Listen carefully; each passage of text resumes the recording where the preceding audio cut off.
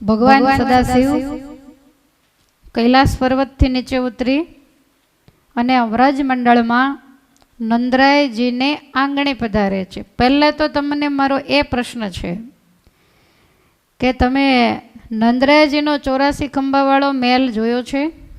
દર્શન કર્યા છે? ચલો આંગળી ઊંચી કરો. કોણે કોણે દર્શન કર્યા છે? હા તો આખા ગામે પડીને હાથ તો 5 જ ઊંચા કર્યા. તમે સપનામાં જોયો છે? ચાલો મૂકી દો. બાકીના મુહૂર્ત નથી સારા?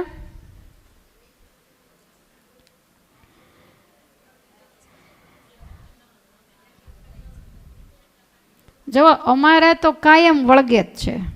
જે પૂછો ને એમ કે તમે લઈ જાઓ, તો તમે વળગ્યા. વ્રજ મંડળની અંદર અલગ અલગ નાના નાના ગામ છે. નંદગાંવ, બરસાના, ગોકુલ. તો આ બધામાં જે નંદરાયજીનું જે વ્રજ છે ગોકુળ, ત્યાં 84 ખંભાનો મેલ છે. મથુરાથી આપણે જઈએ એટલે રમણ રેતી આવે, પછી બ્રહ્માંડ ઘાટ આવે જ્યાં ઠાકોરજીએ માટી ખાધી છે. અને આ નંદરાયજીનું વ્રજ, ત્યાં 84 ખંભા કહેતા થાંભલા. તો એનો જૂનો પુરાણો મેલ છે. મહાદેવજી ક્યાં દર્શન કરવા આવ્યા છે? ત્યાં. અને એ મહેલની અંદર તમે પ્રવેશ કરો એટલે ચોકમાં પહેલું મોટું શિવલિંગ આવે. સરસ નાની ડેરી કરી અને ભગવાન ભોળાનાથ ત્યાં બિરાજે છે. યાદ આવે છે? તો નંદરાયજીને ત્યાં એ આંગણામાં આવી અને ભગવાન ભોળાનાથે દર્શન કરવા માટે અલેખ જગાવેલો. ત્યાં આજે પણ એ મહાદેવજી બિરાજે છે. હવે માથે મોટો જટાજૂટ હોય, વૈરાગીના જેવો વેશ હોય, એટલે યશોદાજી ઓળખી ન શક્યા. આવી અને આંગણામાં બેઠા, ત્રિશૂળ ખોડ્યું. એટલે દાસદાસીઓ બધાએ આવી અને યશોદાજીને કહ્યું કે માં, કોઈ અવધૂત યોગી આવ્યા છે. ત્યારે યશોદાજી કહે છે કે જ્યારથી લાલાનું પ્રાગટ્ય થયું ત્યારથી દિવસ ઉગે અનેક યોગીઓ આવે છે. અને એ કંઈક નંદરાયજીએ બહુ દાન આપેલા, એટલે કોઈ દાન વગેરેની આશાથી આવતા હોય, માટે જઈને એમને પૂછો કે જે જોઈએ તે તમને આપીએ. એટલે સેવકોએ આવીને પૂછ્યું કે યોગીરાજ, તમે શું લેશો ભિક્ષામાં? ત્યારે શિવજીએ ના પાડી કે નંદરાણીને મોકલો. એટલે સેવકો કહે છે કે માં, એ તો તમને બોલાવે છે. એટલે તરત જ યશોદાજી બહાર આવ્યા, પણ આમ વેશ જોયો એટલે યશોદાજીનું મોઢું થોડુંક બગડી ગયું. ભગવાનની પાસે આવીને કહે છે કે ભિક્ષામાં તમારે જે જોતું હોય એ હું તમને આપું અને જલ્દી મારા આંગણેથી તમે વિદાય લ્યો. ત્યારે ભગવાન ભોળાનાથ કહે છે કે માં, ભિક્ષાની આશાથી હું નથી આવ્યો અને મને કોઈ પણ વસ્તુ પદાર્થની ઈચ્છા નથી. તો પછી અહીં આવીને બેઠા કેમ? અને વળી આ ત્રિશૂળ ખોડીને બેઠા છો? ત્યારે ભગવાન શિવજી એવું બોલ્યા કે તમારા જે પુત્ર છે ને, તમારો જે લાલો, એના હું દર્શન કરવા માટે આવ્યો છું. ત્યારે યશોદાજી કહે છે કે તમને જોગી છો, પણ તમને નાના છોકરાઓ બહુ વાલા લાગે છે. તો એક કામ કરો, મારે ત્યાં એકના ઘરે જ નાનું છોકરું નથી, આખા ગોકુળમાં છે. બીજા કોકના ઘરે જાઓ. તો બધાના થોડા દર્શન કર્યા જેવા હોય? જેના દર્શન કર્યા જેવા હોય ત્યાં મહાદેવ દર્શન કરવા આવે. એટલે કહ્યું કે બીજા બાળ ગોકુળિયામાંય ઘેર ઘેર દિશે, ઠાલા હઠ કરોમાં જોગી રાય, બાળ મારો બીશે. આ તમને જોઈને મારો લાલો બી જાય, માટે હું એને બહાર તો નહીં જ લાવું, બીજા કોકના ઘરે જાઓ. ત્યારે ભગવાન વિચાર કરે કે માં, તને શું સમજાવું? બીજાના લાલા થોડા દર્શન કર્યા જેવા હોય, એને દર્શન દેવા પડે.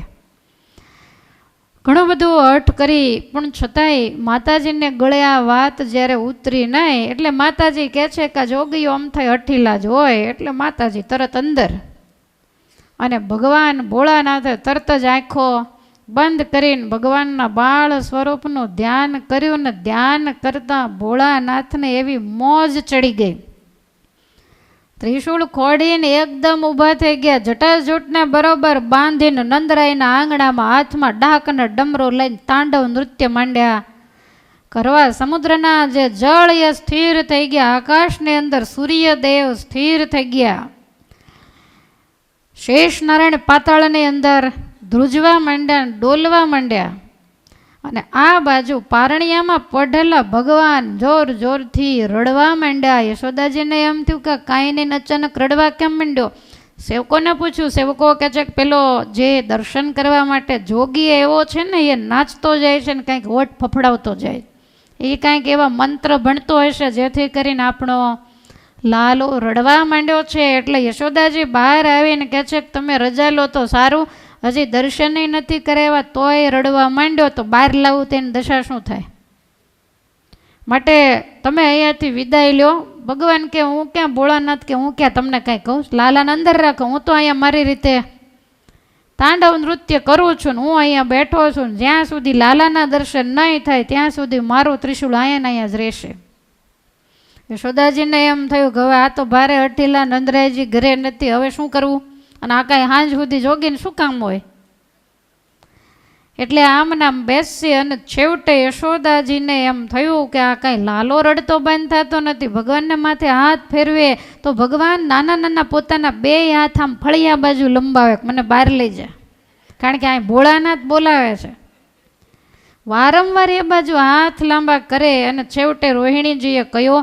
એટલે યશોદાજીએ ભગવાનને એક વસ્ત્રમાં વીટે. રોહિણીજી કહે છે કે જોગી બહુ અઠીલા હોય અને જેટલી આપણે વધારે તાણી કરાવશું એટલું નુકસાન આપણા લાલાને જ છે, માટે એને જરીક ઝાંખી કરાવી દો એટલે કામ થાય પૂરું. અને તરત જ યશોદાજીએ ભગવાનના વસ્ત્રમાં વીટા, ખાલી આટલું મુખારવિંદ જ બહાર છે અને લાવીને આમ ઓસરીમાં દૂર ઊભા રાખીને તેડીને કહે છે કે લ્યો કરી લો દર્શન. અને એ વખતે ભગવાન ભોળાનાથ કહે છે કે મારે તે થોડી નવલખ ગાયું દૂધે છે, તો મેં દહીં દૂધ માખણ ખાધા હોય ને આંખમાં તેજ હોય? હું તો જંગલમાં સાધના કરનારો જોગી, મારી ઉંમર થઈ, આંખમાં એટલું બધું તેજ નહીં, એટલે મને બહુ દૂરથી દેખાય નહીં, અહીં થોડુંક નજીક લાવ્યું. યશોદાજી કે નજીક નહીં લાવું. ભગવાન કહે તો અંદર લઈ જા, મારે અહીંયા બેસવામાં કાંઈ વાંધો નથી. એટલે વળી પાછી ભીખ લાગી, ઓસરીને કોરે લાવ્યા અને ભોળાનાથ ત્યાં બેઠા છે. એણે પરમાત્માના દર્શન કર્યા. કમળના ડોડા જેવા નાના નાના પરમાત્માના હાથ હોય, નાના નાના ચરણારવિંદ, પણ માં કાંઈ દેખાવા દેતો ને. અને એ વખતે ભોળાનાથે કહ્યું કે માં વસ્ત્ર હટાવી, તારા લાલાને નજર નહીં નાખો. આની નજરું જ્યાં જ્યાં પડી છે ને એ બધાય ગાંડા થઈ ગયા. એ સંસારને ઠુકરાવી ઠુકરાવી ભરે બાદરા ઘર કુટુંબ પરિવારને મૂકી મૂકીને બધા યોગીન બાવાન સાધુ સંન્યાસી થઈ જાય. માં મારી નજર ભારે નથી, તારા લાલાની નજર ભારે છે. બહુ જ્યારે આગ્રહ કર્યો ત્યારે ભગવાનના શરીર ઉપરથી વસ્ત્રને સહેજ હટાવ્યું. અને ભોળાનાથ આમ કરીને કહે છે કે માં તારો લાલો તો બહુ ભાગ્યશાળી છે, તમને કેમ ખબર પડી? તો કે એની હથેળીઓ જોઈને. અરે આટલે દૂરથી તમે જ્યોતિષી છો અને આપણને એમાં રસ વધારે. એટલે થોડાક ભગવાનને નજીક લઈ ગયા, ભગવાનના જોશ જોયા અને ત્યાર પછી દર્શન કરી નંદરાયજીના આંગણામાં હરિ અને હરનું અદ્ભુત મિલન થયું છે. પરમાત્માનો સ્પર્શ કરી અને મહાદેવજીએ ભગવાનના દર્શન કર્યા છે. અને મહાદેવજી વળી વળીને વંદના કરી નંદરાયજીના આંગણેથી વિદાય લે છે. શુકાચાર્ય કહે છે કે રાજા, એકવાર મહારાજને ખોળે બેસાડી અને માતા રમાડી રહ્યા છે. એ વખતે કંસનો મોકલેલો તૃણાવર્ત નામનો દૈત્ય આવ્યો. હવે આ કંસ એક પછી એકને જેમ જેમ પુણ્ય પાકે એમ મુક્તિ મળતી જાય છે. તો કંસ આમ તો ભગવાનના મામા થાય અને ભાણેજ માટે મામા રમકડા લાવે. પહેલાં ઢીંગલી મોકલી, પૂતના, પછી ગાડું. તે દાડે ગાડાની સિસ્ટમ હતી, એરોપ્લેનની તો કાંઈ તેદી નહોતી, એટલે ગાડું મોકલ્યું. પણ ઠાકોરજીને કાંઈ બહુ ગાડું ગમ્યું નહીં, કારણ કે એ તો રથ અને વિમાનમાં બેસનારા. એટલે ભગવાને ઢીંગલીને ભાંગી નાખી તરત. ભાણેજ તોફાની હોય તો એ કંઈ રમકડાને હાંજ પડે નહીં, પછાડીને ભાંગી નાખે. એટલે એમ થયું કે ગાડે મેળ ન પડ્યો, એટલે એણે વિમાન મોકલ્યું. તૃણાવર્ત આકાશ માર્ગે આવ્યો છે. ભગવાનને ખ્યાલ આવી ગયો કે માં મને નીચે નહીં મૂકે તો હું તૃણાવર્તને કેવી રીતે મારીશ. વંટોળિયાનું રૂપ ધારણ કરી અને આવ્યો છે. ભગવાનને ખોળામાં બેસાડી અને માં ગલગલિયા કરીને હસાવે છે અને ભગવાને ભાર વધાર્યો શરીરમાં. માને એમ થયું કે આ લાલો છે કે કોઈ મોટો પથ્થર છે. એકદમ ભગવાનને ખોળામાંથી નીચે પધરાવી દીધા. ભગવાન રમવા માંડ્યા. માતાજી ઘરકામમાં ગૂંથાયા અને એ જ વખતે ભયંકર વંટોળિયો ચડ્યો અને એ વંટોળિયાના રૂપમાં આવી પરમાત્માને ઉપાડી અને તૃણાવર્ત નીકળી ગયો ગોકુળની બહાર. ભગવાન વિચાર કરે કે અહીં કોઈ બચાવવા નહીં આવે, અહીં ભગવાન પણ વાપર્યા વગર છૂટકો જ નથી. એટલે પરમાત્મા આવી રીતે તૃણાવર્તના હાથમાં હતા. ભગવાને પોતાના શરીરમાં આખા બ્રહ્માંડનો ભાર લીધો અને એ ભાર લઈ તૃણાવર્તને પછાડીને ભગવાન એની માથે બ્રહ્માંડનો ભાર લઈને પડ્યા. તમારા હાથમાં દહીંનો ફોદો હોય એ નીચે પડે ને જે દશા થાય એ દશા તૃણાવર્તની થઈ. શરીરના ફૂરચે ફૂરચા ઉડી ગયા. કોઈ ગોપી ત્યાંથી નીકળી એણે પરમાત્માને તેડી લીધા છે. આવી અને માતાના હાથમાં સોંપ્યા છે. તૃણાવર્તને ભગવાને મુક્તિ આપી છે. આ તૃણાવર્ત એ પૂર્વે પાંડુ દેશનો સહસ્ત્રાક્ષ નામનો રાજા હતો. જાગો છો ને પાછળ? તો હાથ ઊંચા કરવા હાલો, જાગતા હો તો કસરત થાય થોડીક. ચાલો, તો આ તૃણાવર્ત એ પાંડુ દેશનો સહસ્ત્રાક્ષ નામનો રાજા હતો. યાદ રાખો, કાંઈ કારણ વગર અધોગતિ કોઈ દે થતી જ નથી. ક્યાંય કાડાવાળા થયા હોય ને જ્યાં ત્યાં હાથ નાખ્યા હોય તો જ અધોગતિ થાય. તો આ સહસ્ત્રાક્ષ નામનો રાજા નર્મદા નદીને કિનારે પોતાની 1000 રાણીઓની સાથે ફરવા નીકળેલો. તો એ વખતે ત્યાંથી દુર્વાસા મુનિ નીકળ્યા. એટલે આ તો એમને એની રીતે ક્રીડા કરે છે ને દુર્વાસા બાજુમાંથી નીકળ્યા તો એણે તો કાંઈ સામું જોયું નહીં, માથું નમાયું નહીં અને દુર્વાસાનો મગજ ગયો. દુર્વાસા કહે છે કે તું આવો રાજા થઈને પ્રજાનું પાલન શું કરતો હોઈશ? વિવેકનો તો તારામાં છાંટો પણ છે નહીં. કોઈ સાધુ સંતો નીકળે તો આપણને સહેજે આજ પણ ટેવ હોય, કોઈ પણ સંપ્રદાયના સાધુ સાધ્વી કોઈ પણ રસ્તા ઉપર નીકળે, આપણે ચાલ્યા જતા હોઈએ તો આપણને સહેજે માથું ઝૂકી જાય. પણ આનામાં વિવેક નહીં. એટલે દુર્વાસા ક્રોધિત થઈને કહે છે જા, મારો શાપ છે કે તું ભયંકર રાક્ષસ થઈ જા, અસુર બની જા. તારામાં કાંઈ માણસ જેવું રાજાપણું કાંઈ છે નહીં. અને તરત જ આ રાજા પગમાં પડ્યો, મહારાજ મારી ભૂલ થઈ ગઈ, મેં તમને વંદન ન કર્યા, માટે કાંઈક મારા ઉપર કૃપા કરો. અને એ વખતે દુર્વાસા મુનિએ એવું કીધેલું કે તારે ભયંકર અસુર તો થવું જ પડશે, પણ દ્વાપર કલીની સંધિમાં વસુદેવ ગૃહે જ્યારે પરમાત્માનું પ્રાગટ્ય થશે ત્યારે એના હાથે તને મુક્તિ મળશે. તો આજ ભગવાને એને વર્ષો પછી મુક્તિ આપી છે. પરમાત્મા પરત આવ્યા એટલે મા યશોદાજીને ખૂબ આનંદ થયો છે. એક દિવસનો સમય ભગવાનને માતા રમાડે છે. વારે વારે ભગવાનની દાઢી ઉપર આમ આંગળી અડાડે ભગવાન ખડખડાટ હસે. હજી દાંત નથી આવે એટલે ભગવાનનું બોખું મુખારવિંદ અને એમાં રમાડતા રમાડતા પરમાત્માને બગાસું આવ્યું. માએ જે નજર કરી તો ભગવાનના મુખમાં બ્રહ્માંડના દર્શન યશોદાજીને થયા. 2 વખત બ્રહ્માંડના દર્શન કરાવ્યા. એકવાર બગાસું ખાતા અને એકવાર માટી ખાતા. ઘનશ્યામ મહારાજે પણ 2 વખત બ્રહ્માંડના દર્શન કરાવ્યા. સુવાસની બાઈને તો આંખમાં મને કણું પડ્યું છે, મને ભાભી કણું કાઢી આપો ને. એટલે સુવાસની બાઈએ મહારાજનું મસ્તક પોતાને ખોળે રાખીને આમ જે આંખ પોળી કરી તે તો સુવાસની બાઈને આંખનું કણું નીકળી ગયું. એને એમ હતું કે અમારા દિયર છે, આ કણું હતું. ભગવાને આંખમાં આખા બ્રહ્માંડને ફરતું બતાવ્યું. એટલે સુવાસની બાઈ કહે છે ઘનશ્યામ ભૈયા તમારી આંખમાં કણું નથી, પણ મારી આંખમાં જન્મ જન્મથી હતું એ આજ નીકળી ગયું. મને ખ્યાલ આવી ગયો કે તમે મારા દિયરના રૂપમાં ભગવાન છો.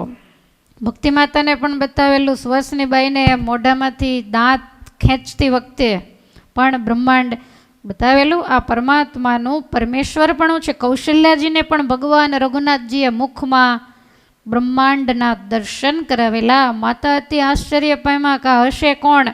ભગવાને માયાનો પડદો નાખ્યો એટલે થયું કોઈ નહીં, આ તો મારો દીકરો છે. પુત્ર ભાવ આવ્યો.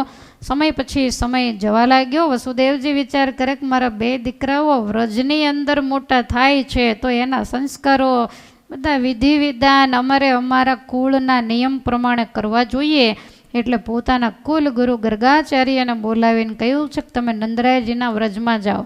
મારા બંને દીકરાઓ ત્યાં ઉછરે છે, એના નામકરણ હજી થયા નથી. અને આ વસ્તુ પાછી કહેવાતી હોય એને જ કહેવાય, જેને તેને કીધી હોય પહેલી કંસ આગળ વાત જાય. પણ આ ગર્ગાચાર્યને કીધી. એટલે ગર્ગાચાર્ય વ્રજમાં પધાર્યા છે. નંદરાયજીએ સ્વાગત કરીને પૂજન કરી અને કહ્યું છે કે આ જે બંને તમારા પુત્રો એના હું દર્શન કરવા માટે આવ્યો છું. નંદરાયજી કહે છે કે મેં તો એના નામે નથી પાડ્યા, અને આવા તમે પવિત્ર વિદ્વાન વિપ્ર માટે મારા 2 પુત્રોના તમે નામ પાડી દો. ત્યારે ગર્ગાચાર્ય કહે છે કે હું તો યાદવોનો કુલ ગુરુ છું, કંસને ખબર પડશે તો ઉપાધિ થશે. નંદરાયજી કે ગૌશાળામાં જતા રહીએ, ગોકુળમાં જેટલા કામ થાય બધા ગૌશાળામાં થાય. એટલે ગૌશાળામાં ગયા છે. ભગવાન માના ખોળે બેઠા છે, બલરામજી રોહિણીજીના ખોળે બેઠા, બાજુમાં નંદરાયજી બેઠા છે.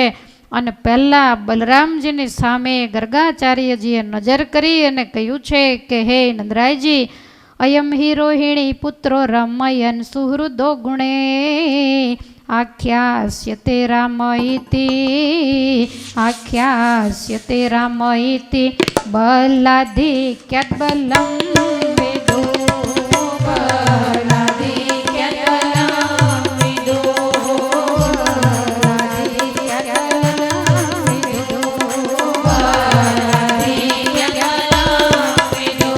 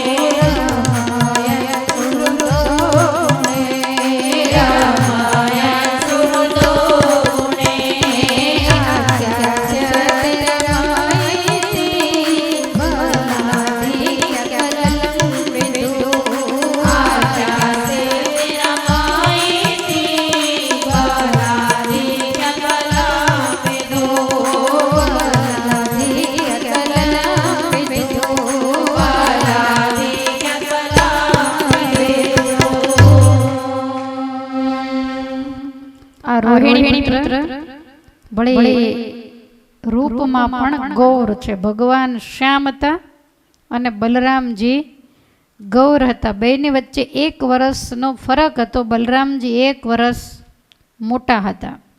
માટે રોહિણી પુત્ર અતિ રૂપવાન છે, પોતાના ગુણોથી સૌ કોઈને રમાડે છે. માટે હે નંદરાયજી, હું એનું નામ રામ રાખું છું. વળી અધિક બળવાળા છે એટલે બીજું નામ એનું બલ રાખું છું. અને કોઈ 2 નામ ભેગા કરશે તો ત્રીજું અદ્ભુત નામ થશે બલરામ. આગળ ઉપર જતા નંદરાયજી યાદવોની અંદર જ્યારે વિક્ષેપ પડશે ને ત્યારે બધાને ભેગા કરશે, એકમતપણું કરશે. એટલે એનું નામ પાડું છું સંકર્ષણ. આગળ ઉપર જતા ઘણા બધા અલગ અલગ નામથી આપણે એને હળધારી વગેરે ઘણા નામથી ઓળખતા હોઈએ છીએ. ત્યાર પછી ભગવાનની સામે જોઈને કહે છે કે હે નંદરાયજી, આ જે તમારા પુત્ર છે એ ક્યારેક શ્વેત વર્ણ ધારણ કરીને આવે, ક્યારેક રક્તવર્ણ ધારણ કરીને આવે, ને આજ તમારે આંગણે શ્યામ વર્ણ ધારણ કરીને આવ્યા છે. માટે એનું નામ હું કૃષ્ણ પાડું છું. અને કૃષ એ સંસ્કૃતમાં ધાતુ છે. કૃષ એટલે ખેંચવું, પોતાના આશ્રિતોના મનની વૃત્તિઓને પોતાના સ્વરૂપમાં ખેંચશે. માટે પણ એનું નામ હું કૃષ્ણ પાડું છું. અને હે નંદરાયજી, બહુની સંતિ નામાની રૂપાણી ચ સુતસ્ય તે ગુણ કર્મનો રૂપાણી તાન્યહમ વેદનો જનાહા. ગુણ અને કર્મને અનુસારે આના ઘણા બધા નામ, 1, 2, 5 નામ નહીં, પણ હરિતારા નામ છે 1000. કયા નામે? લખવી કંકોત્રી, તમને જે ગમે એ નામે કંકોત્રી જવા દો તોય પહોંચી જશે, પણ એડ્રેસ બરોબર લખજો. અંદર શું લખ્યું છે મહત્વનું નથી, એડ્રેસ ખાસ મહત્વનો છે. તમે યોગ્ય એડ્રેસ લખીને કંકોત્રી મોકલી હોય તો પહોંચે. એમ ભગવાનને જ્યાં ને ત્યાં બધે ડેરે ડેરે ચોખા મૂકતા હોઈએ તો પછી કંકોત્રી મૂંઝાય જાવું ક્યાં, કોની માથે લખીએ છે.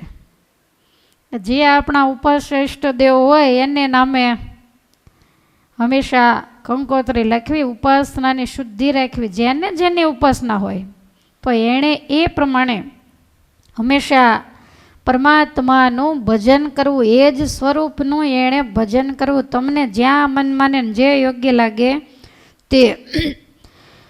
વળી ગર્ગાચાર્યજી કહે છે કે હે નંદરાયજી, આના નામ ઘણા પડશે, આના સ્થાન પણ ઘણા થશે, પણ એક અદ્ભુત વાત નંદરાયજીને ગર્ગાચાર્યજીએ કીધી છે ને આપણે બધાને પણ બહુ ધ્યાનમાં લેવા જેવી વાત બતાવી. અને એવું કહ્યું કે યે તસ્મિન મહાભાગા પ્રીતિમ કુર્વંતિ માનવા નારયો ભિભવંતે તાન, નારયો ભિભવંતે તાન વિષ્ણુ પક્ષાનિ વાસુરા, વિષ્ણુ પક્ષાનિ વાસુરા, વિષ્ણુ પક્ષાનિ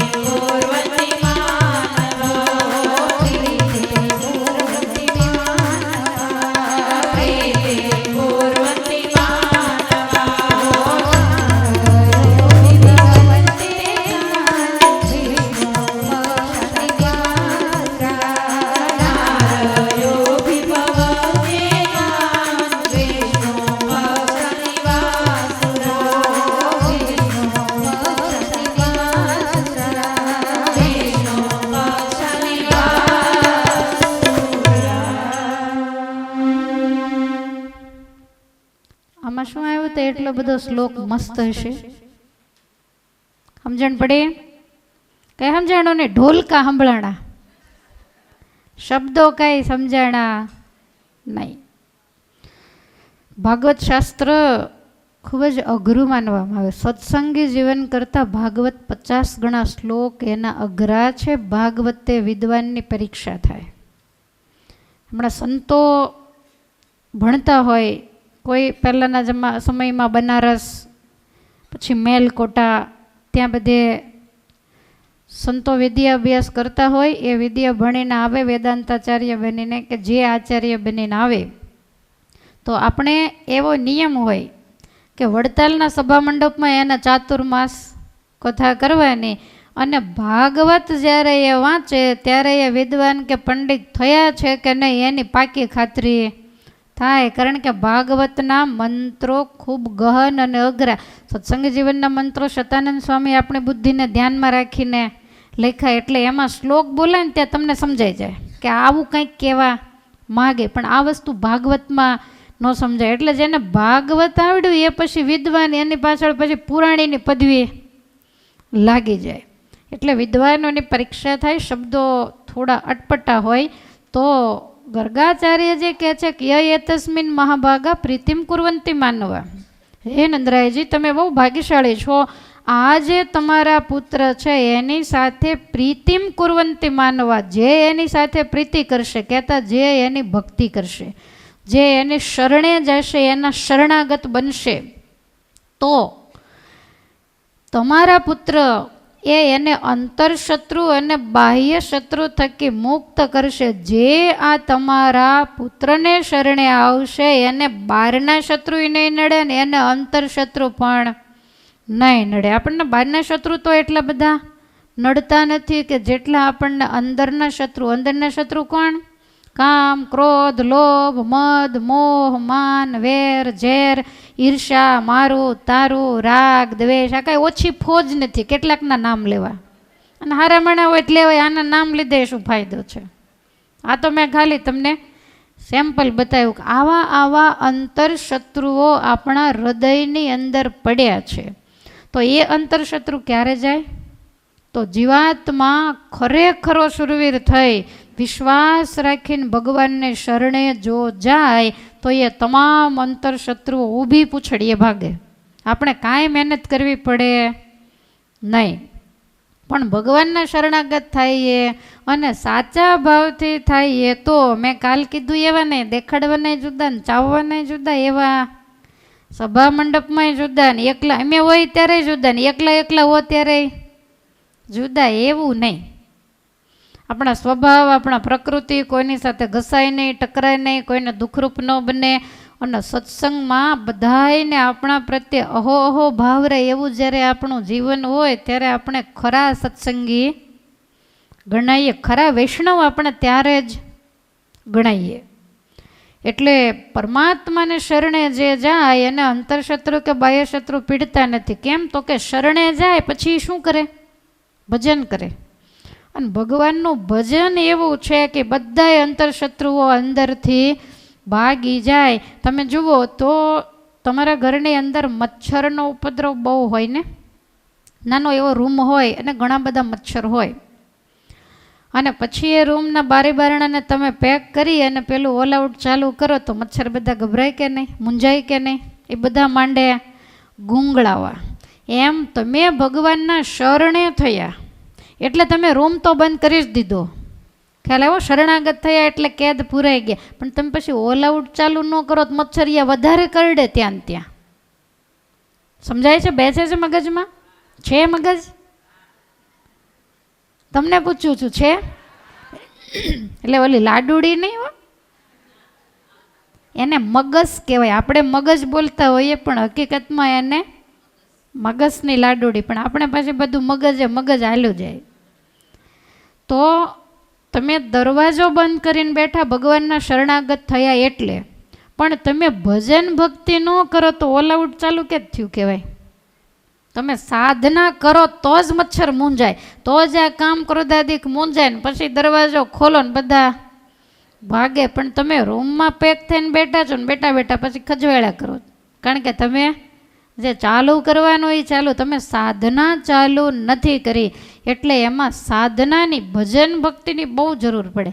તમે જેટલું ભજન ભક્તિ વધારે કરો તમને કાંઈ ન આવડે ને, તો સ્વામિનારાયણ આવડે, રામકૃષ્ણ આવડે.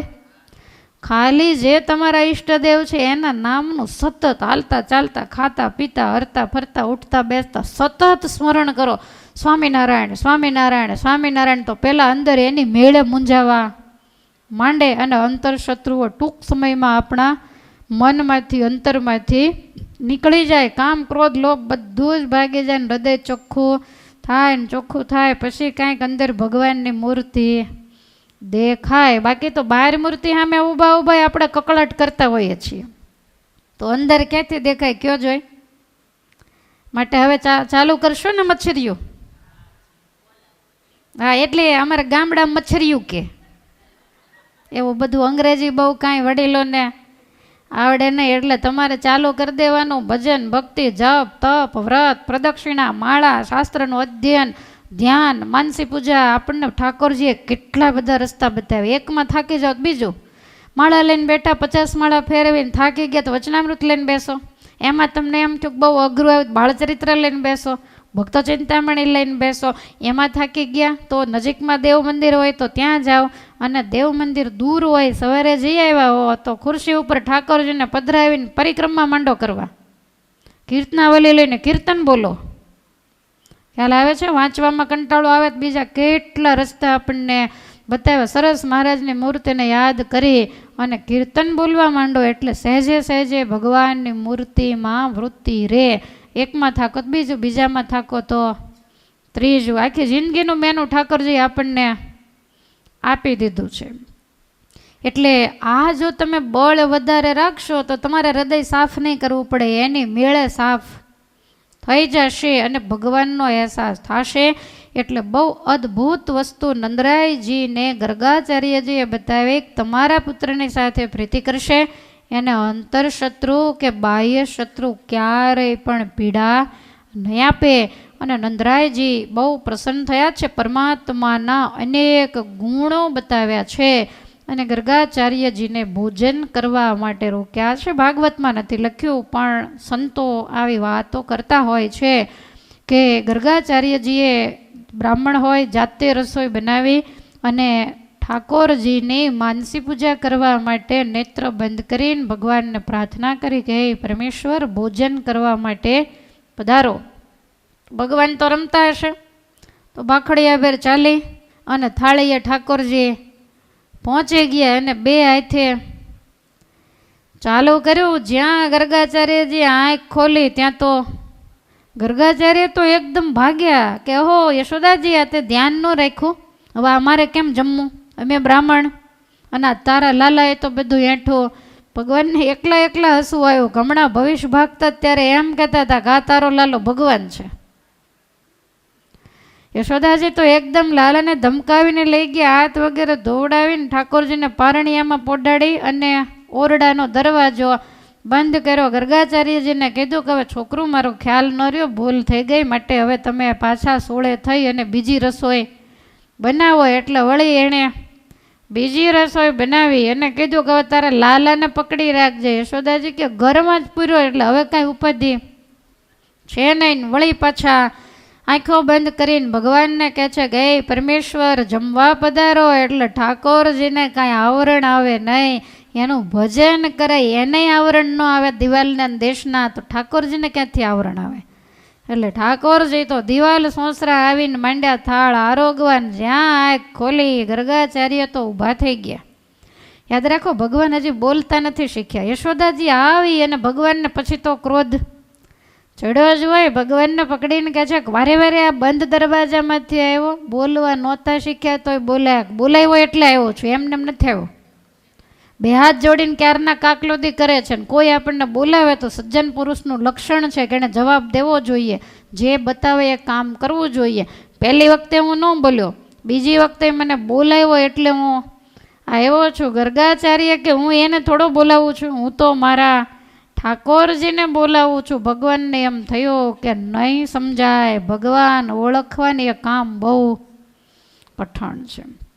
ગુણાતીતાનંદ સ્વામીએ ઘાટી બતાવી. સાધુ ઓળખવા એ પણ એક ઘાટી છે, પરમાત્માને ઓળખવા એ પણ એક ઘાટી છે. એટલે એને પાર કરવી એ બહુ અઘરું.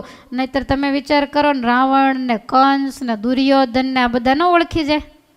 મળવું એ પણ જુદી વાત છે. ઠાકોરજી મળે તો કેટલાય ને પણ ઓળખાતા રાવણ ને કંસ ને બધા, કંસની તો માથે ચડીને ઠાકોરજી બેઠા તોય આ ઓળખી શક્યો નહીં. એટલે મળવા કરતાં ભલે આપણને મનુષ્ય રૂપે મળ્યા નથી, મૂર્તિ રૂપે મળ્યા, પણ એ લોકો કરતાં આપણે ભાગ્યશાળી છીએ કે આપણે એ ભગવાનને ઓળખીએ છીએ.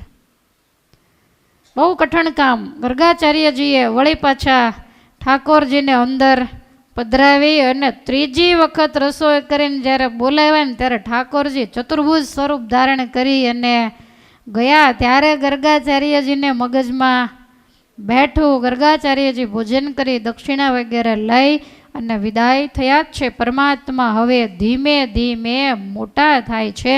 હવે ભગવાન બાખોડિયા બેર વ્રજની અંદર દોડતા અને ચાલતા શીખશે. બપોર પછી ભગવાનને અદ્ભુત માખણ લીલાની કથા આવશે. રાધા કૃષ્ણ દેવના લગ્નની અદ્ભુત કથા, એને બરોબર બપોર પછી 3:30 વાગે. અત્યારે કથાને વિરામ.